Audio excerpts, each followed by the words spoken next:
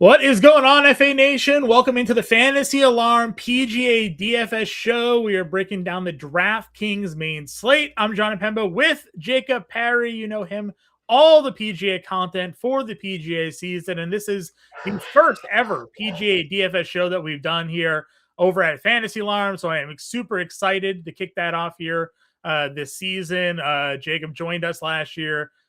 Fantastic job, as many of you know, with his DFS playbooks. I had the winner in that playbook like time and time again, won me a lot of money. No, he won you guys a lot of money. And this season, I want to jump in and just get a YouTube breakdown for you all. Jake, man, happy to have you on here and ready for another big season of golf.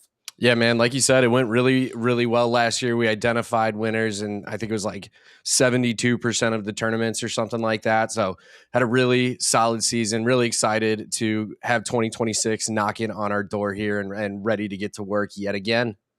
Yeah, the format of the show, we're going to kind of talk about the tournament a little bit, talk about key stats that we're looking to target in on, maybe talk a little course history, whether or not you're a believer in the course history or not with some golfers. And then we're going to go down and break down the golfers by tier. We'll look at the pricing and kind of work our way down from top to bottom here, identifying our favorite values, maybe some players we're going to be looking to fade. But it should be a good kickoff show here as we have the Sony Open to begin the season for us. So what should we be looking forward to? What kind of course are we running ourselves into here with the Sony Open? Yeah, so with Waialae Country Club, it's a very straightforward venue.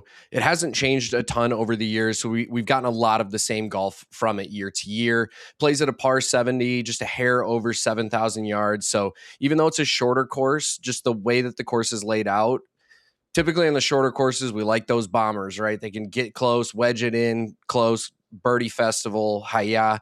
However, back about 3 years ago, they raised the rough from 2.5 inches to 3 inches. And from what I've seen this year, that'll be up again, even to 3.5 inches. So the rough is going to be a lot more penal this year. We get Bermuda throughout, specifically on the greens. That's where, Bermuda tends to make the biggest impact, right? Because of the putting surface differences that players will run into. With this course, it always kind of has a misnomer because there's a few holes that have outrageously small greens, and you're like, oh, they can't be. These green complexes aren't crazy. They're not attackable. Right. They're the 8th largest greens on average at over 7,000 square feet. So it's a second shot course through and through. Being a coastal course, in Hawaii, it tends to play firm and fast, assuming they haven't gotten a ton of rain. There's not a ton of rain in the forecast for this week leading up to the event, so I'm guessing we are going to see, a firmer, faster course. The greens tend to stay pretty receptive with that. Driving distance actually goes up on this course compared to PGA Tour average because of that firm, fast play style.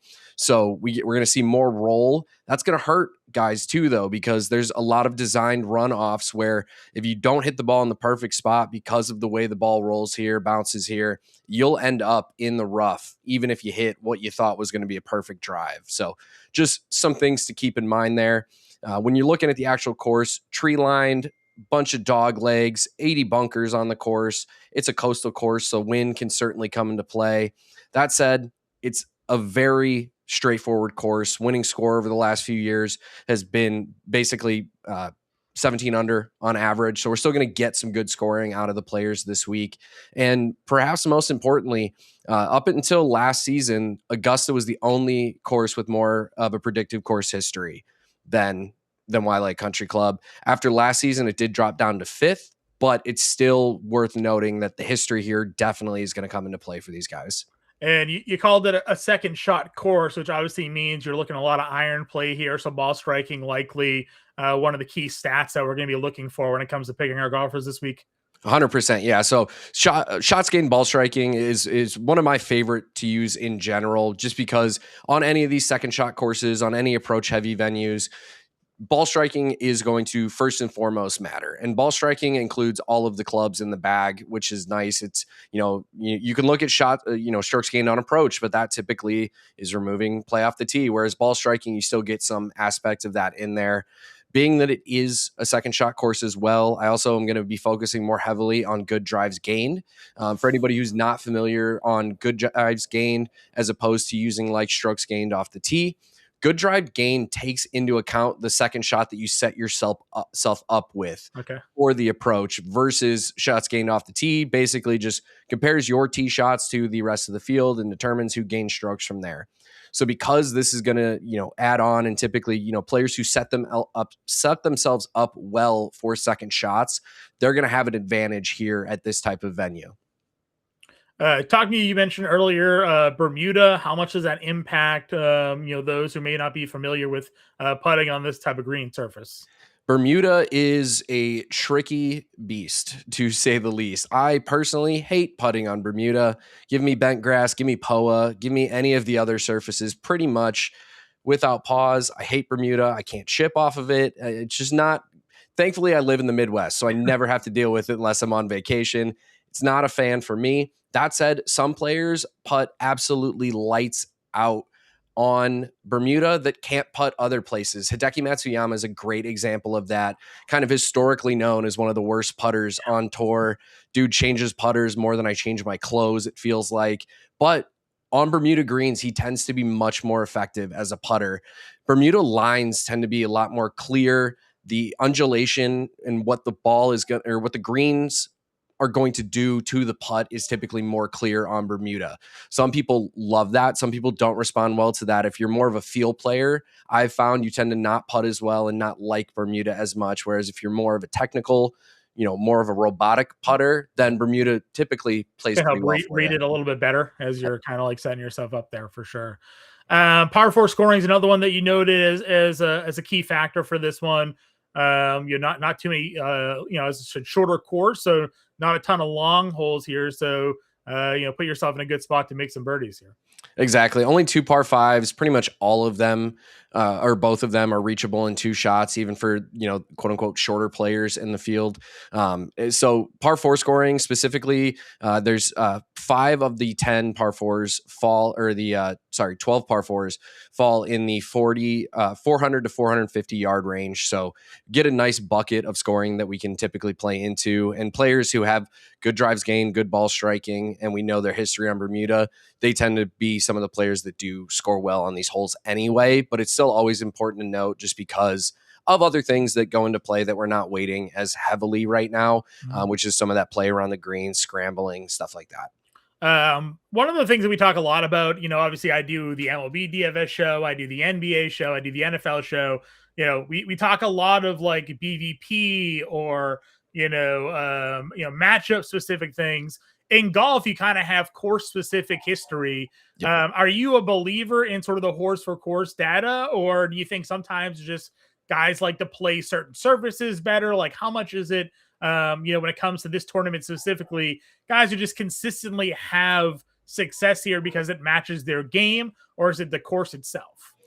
I think it's going to be a bit of both. When you find a player who typically plays well at a course, so I think a great example of that for this year, Nick Taylor, last year's winner, he struggled here for 4 or 5 years before he really broke out. And then I don't know if it was part of his game came together or he figured out how to play this type of venue, but he's gone, T11, T7, T7, and then the win.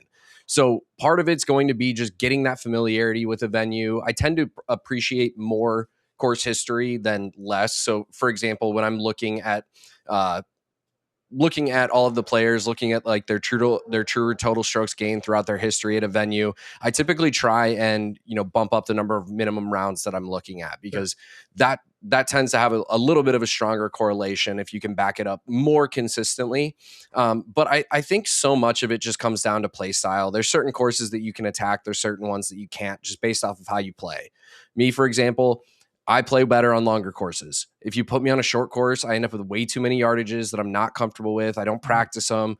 If you put me on courses with really, really large green complexes, my proximity goes out the door, but my putting gets way better because longer putts I'm more comfortable with. So much of it, I think course history naturally just comes down to the type of player. Yeah. And then of course you'll have your situations where it's like guys from Florida every course that they've played is littered with water. So they are so used to playing any water laden courses that it's not that big of an issue for them. Scotty always plays well in Texas. He knows every course in Texas like the back of his hand. He plays well everywhere, but I was so say, that example, specifically. Even when he wasn't great everywhere, he was really good in Texas still. So there is some aspect of that to it. I think course fit in terms of their play style probably plays a bigger importance at a course like Waialae Country Club, just given we don't have a ton of pros from Hawaii. Sure. If we are looking for some of the best guys of course history, you obviously mentioned Nick Taylor. Who else would be some that we're looking at here? Yeah, so Russell Henley is a guy that, definitely has played well here consistently. Won here in 2013, runner-up in 2022. He gains more strokes here than almost anybody in the field. So definitely a guy that consistently plays really strong here, even if he doesn't always have those, those superstar top 5 finishes here. He's always going to play well. Hideki, another guy. He won here in 2022. He's made 9 straight cuts at this event. So again, just a guy that this type of venue suits his game really, really well. And then Siwoo Kim is kind of the all over the place guy. He's a superstar here or he's terrible here. There's really no in between. That's Siwoo Kim, actually. That's just him as a golfer. So. Exactly. It's no shock to see that. But his first time ever playing here came in 4th place, won back a couple years ago, and then was like tied for 42nd and then missed the cut. So when it comes to golfers in this field that are specifically strong at this course, there aren't a ton, which makes the ones that are strong here ones that I want to pay a little bit more attention to. All right, we'll get into it. We'll break it down. You mentioned obviously Russell Henley and having the course history. He's also your top priced golfer on this slate. Ben Griffin, someone breakout season last year, won me a lot of money as sort of we were playing him as a value early on in the season. Price obviously worked its way up here. When you're kind of looking at this top tier, let's go Hideki and up. Henley, Griffin, Morikawa, Matsuyama. Obviously, again, Henley there and Matsuyama with the course history, but any thoughts on Griffin and Morikawa here? Yeah, Griffin is one of my favorite plays in the field right now. When I ran my model, I ran it over the last 36 weeks. Over the last 36 rounds on Bermuda grass, he is the best putter in the world. Over everybody's last 36 rounds played. He has a very strong all-around game that lines up with the venue. His recent form, as you can see on the screen here, has been very, very solid. That one, DPT World India Championship, not so great, tied for 32nd, but you look past that, going all the way back to May of last year, not even counting his Zurich win. He's only got 2 missed cuts, 2 wins, 8 top 10 finishes during that span as well. Like, this is a guy who, if you don't want to pay up, it's only a couple $100 extra for Henley, but I think Griffin has a bit more upside as a player. Colin is the perpetual, he's going to make the cut. He's going to probably finish top 30, but he still just has to get back over that hump to really be a high price guy that I'm super comfortable playing up for. Ownership is going to be super low probably on Morikawa here. Exactly. He's the best iron player in the field. His lack of distance off the tee which is still so hilarious to say. His average drive is 300 yards, and that's short now on the PGA Tour. But that's pretty irrelevant here. But just another, he's a safe play at the top. I tend to like to be a little bit more risky with my top end guys, just because I feel like there's a lot of safe guys that you can get throughout the pricing tiers. Sure. If we're working our way down a little bit into the 9K range, Nick Taylor, as you mentioned, previous winner, he's $9,000 exactly. McIntyre, someone that kind of had a breakout year last year that a lot of people are always kind of high on in tournaments. JJ Spawn obviously had his majors win last season at 95. Keegan's $9,300. Some early ownership I saw actually had Keegan kind of high here. Harry Hall was a breakout golfer last season. What are your thoughts sort of in this mid and lower 9K range?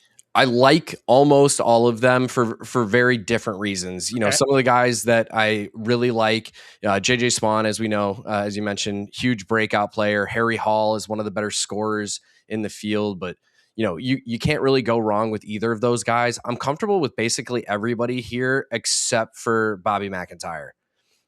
This was shocking, but when I ran my model, given the strokes gain data that we're using doesn't pull from the DP World Tour, Sure. but his 36 most recent PGA Tour rounds specifically have been very, very bad. He actually came in 113th in the field in my model this week. Wow. So he's going to be a pretty hard fade for me. That said, he's the type of guy who the putter can get hot, and when that putter gets hot, there's no stopping him. Yeah. But I just don't necessarily feel like paying his price when Nick Taylor's on the board at 9,000, Harry Hall's there at 9,100, Keegan at 93, Matt McNeely at 92. Like, all of those are much more appealing to me right now. So Bobby's a pretty heavy fade. Yeah, I'm totally on board with that one. Nick Taylor again was one that I had obviously just gravitated towards. I'm sure the field would also kind of do the same, given course history and just being the recent winner there. If you go under $9,000, this 8K tier, your top half of the 8K, you have Kitayama, Kirk, Keith Mitchell, who's a guy again that I seemingly can never figure out the right time to play him. Connors has won me a lot of money at times at $8,600, and Garup at 85. Talk to me about that top half of the 8K range. Yeah, my favorite in that tier is going to be Chris Kirk. He's a runner up here, so he's got some of that course history. He kind of fits the mold of what we're expecting out of this course. A shorter hitter, more accurate, putter can get hot for him. He's a guy that, statistically lines up with this type of venue really, really well. When, looking at him in my model, he actually finished third in my model this week. So a guy that I really, second in the model this week after I updated it. So, really, he's a well above average in every stat across the board, if not first or second in many of the stats across the board for what we're looking at this week. Has only 2 categories where he falls of the 14 stats that I chose to focus on this week. Only 2 of those he even falls past the top 40, and neither of those he falls out of the top 50 in the field. So I think Kirk is sneakily one of the players with some of the highest upside especially for this price range. And then Corey Connors, I'm a huge Corey Connors fan, so I will never be mad about it. I play so much Corey Connors, almost every tournament, especially when he's in sort of this range, right? Like when he's in this like mid to 8K. Because how I didn't ask you this at the top of the show, but like, how do you go about building your roster usually? Do you try to get a 10K play and then go a couple value plays? Do you build yourself more fair and balanced? Because oftentimes, you can kind of get stuck a little bit where there's a lot of good name talent at decent value. Jordan Spieth's here at $8,300, which I know a lot of people are talking Spieth as kind of a bounce back season, for him here. Adam Scott's a guy that has some good history here. So the 8K range is kind of loaded, especially with Nick Taylor kind of kicking off at $9,000. You can use Taylor. You can use a bunch of these 8K guys, throw a cheap 7K and kind of call it a day there with a lineup. Yeah. So it's very tournament dependent for me. Some of them I know that I absolutely have to pay up for some of these high end guys, and I have to go stars and scrubs. I have no choice. That is going to be what is going to win certain fields. But when I run my model, one of the things I include in there for myself is the actual salaries that are in there. So I can look at the salary tiers that are kind of built into my model and determine what's going to be the best fit. From here, there's a few guys that have, pretty clear standout value plays here, but this is very much to me a lineup or an event where you can get away with staying, kind of between 7,500 and call it 9,500. Sure. I don't see, there's not, outside of Ben Griffin or Henley, there's really no reason to go above that. And there's a very clear drop off in talent in my mind for this venue once you go past that. Sure. All right. So once we get below Connors, say basically 85 to 79, is there anybody in that group? Again, I mentioned Spieth just because he's $8,300 and he's someone that seemingly is getting a lot of steam. I like to go around the industry and kind of see who people are tripping up a little bit. And Spieth is one of those guys here. Are you confident in him coming into this tournament? I just refuse to have any confidence at Jordan Spieth at this point until he gets some, more consistency. We did see him start to put it together at times, more consistently put it together. It doesn't have as many of those blow up holes, still is susceptible to him. My model didn't hate him this week, I'll say that much. Didn't necessarily love him, but he's a guy that you definitely can get in there. He's a guy though that I feel a little bit more comfortable fading with expected high ownership for him. I feel like there's better pricing that I can get. Some guys that I think are great examples of that. Daniel Berger, he's top 20 in all of the major stats that I chose for my model this week, and he's one of the better Bermuda putters on the planet as well. And historically for his career has always putted better on Bermuda. Eric Cole is another guy right up at 7,700. Off the tee, he can get a little wonky. He can look a little bit like me off the tee at times, but otherwise a really strong field fit. He's also been one of the top 5 scorers over the last 36 PGA Tour rounds, as well as one of the top bogey avoiders over the last 36 rounds as well. So for DFS purposes, he's a guy that lines up really well with some success. Okay. If we kind of work our way a little bit further down into the 7K range, you mentioned Berger, you mentioned Cole. Any thoughts there on like a Denny McCarthy or Brennan, McCarthy, anything there for you in the mid range? Yep, I like both Denny McCarthy. Again, a guy who when the putter gets hot, there's nobody who can putt the way this man can when it's on fire. Dude basically makes his career just off of being otherworldly with the flat stick. Pretty average all the other way around, but luckily with a shorter course, you can get away with being a little more average of a golfer.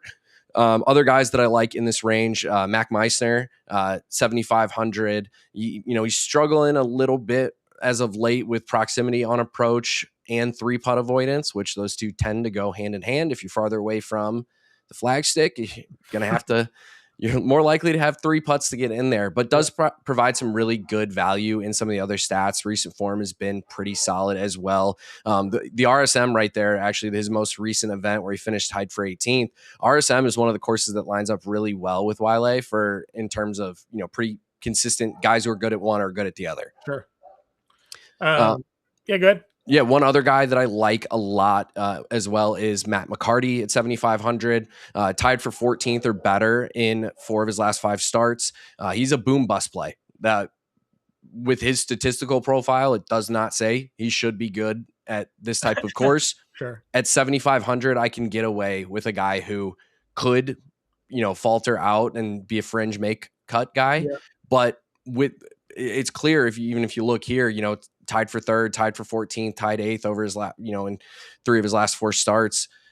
The guy's got the game to compete. It's just a matter of getting him through the cut.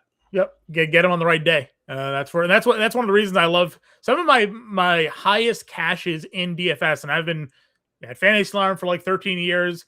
It's been in PGA because the cut is huge. If you get a full lineup through 6 of 6 make the cut, like you're rolling, into the weekend here. And if you have the right low owned guy, you can go pretty deep, in these contests. So someone like him who has the high ceiling, who may go overlooked here, can definitely be that boom type player. Value range, if we go 7,500 and under for this one, who are we looking to target? Main guy that I'm targeting here is going to be Mark Hubbard. He is a sneaky good streak of recent play in terms of his last 36 rounds. Like I said, he's above average in all major stats. It helps his last 36 rounds extend a little bit farther than a few guys just because he does have these missed cuts in here. But when you start to get down to the sub $7,000 range, that's naturally going to happen. But he's consistently been very solid. He's done very well in terms of what is good for this venue. And when you go across the board here, like what does he struggle on really when I'm looking at him in my model here? Off the tee, and struggling off the tee in this field is still, 45th in the field. His proximity from 125 to 200, he's sitting at 48th. 3-putt avoidance, again, goes kind of hand in hand with that proximity number. He's sitting at 43rd, but otherwise he's, pretty consistently in the, 15 to 20 range or 15 to 30 range even for some of these stats. So he's still got a lot of upside for a guy at 6,800. There's nobody else really around that range that doesn't have any glaring issues. Like Adam Svensson's another guy who pretty strong kind of throughout. Definitely is much more susceptible to missing those greens. He's a guy who will have some of those blow up holes. But again, when you're in this price range, you're going to run into that more. And then Patrick Rogers is another guy that my model really likes this year, mostly just from his proximity on approach and his putting. That's really carrying a lot of his profile here. But he's also, third in greens and regulation gained, ninth in 3-putt avoidance, fifth in bogey avoidance, again, over the last 36 rounds. So another guy who I think has some really sneaky upside and has the comparative course history with the RSM. Cool. All right. We usually finish our shows here with a little bit of a core lineup. So if you had to give me, say, 3 golfers to start your lineup with this week, where are we looking to go? Yeah, I think I'm going to go. I think Nick Taylor has to be in the lineup. I know he's going to be high owned. I'm willing to take that risk just because I do feel he's going to perform well, and I feel like we can get creative with some of the other plays here. I'm going to go with Ben Griffin. Believe it or not, I feel like his upside just isn't. I feel like he's got more upside this week than Henley does. And then Chris Kirk is a guy that I'm pretty consistently going to be finding a way to get in the lineups as well. All right, so we got Kirk, Taylor, Griffin. That's $7,300, $7,400 a player. We just gave you a couple of good names in that 6K tier. You can add 1 or 2 and then get yourself back up to like an 8K player. Full playbook will be out by Jake here on Tuesday. We'll have all of the projections. Ownership's already live. The early ownership will have that updated heading into Thursday. You got the lineup generator, you got all the cool stuff over at Fantasy Alarm. If you're not yet a member of the Fantasy Alarm family, you can join right now. 50% off that first month. It's fantasyalarm.com/win. Promo code WIN at checkout will save you again 50% off that first month right there. Or I guess YouTube also works. We got a YouTube promo, 50% off fantasyalarm.com/YouTube, promo code YT50 at checkout. We'll also take that off. So it's $19.99 for the first month. Get access to all of our DFS content, all of our betting content for all sports. So you guys can check that out. Jake, appreciate you joining us here. We'll be back each week breaking down this week's slate. Hopefully you guys win some money this week, and we'll catch you later.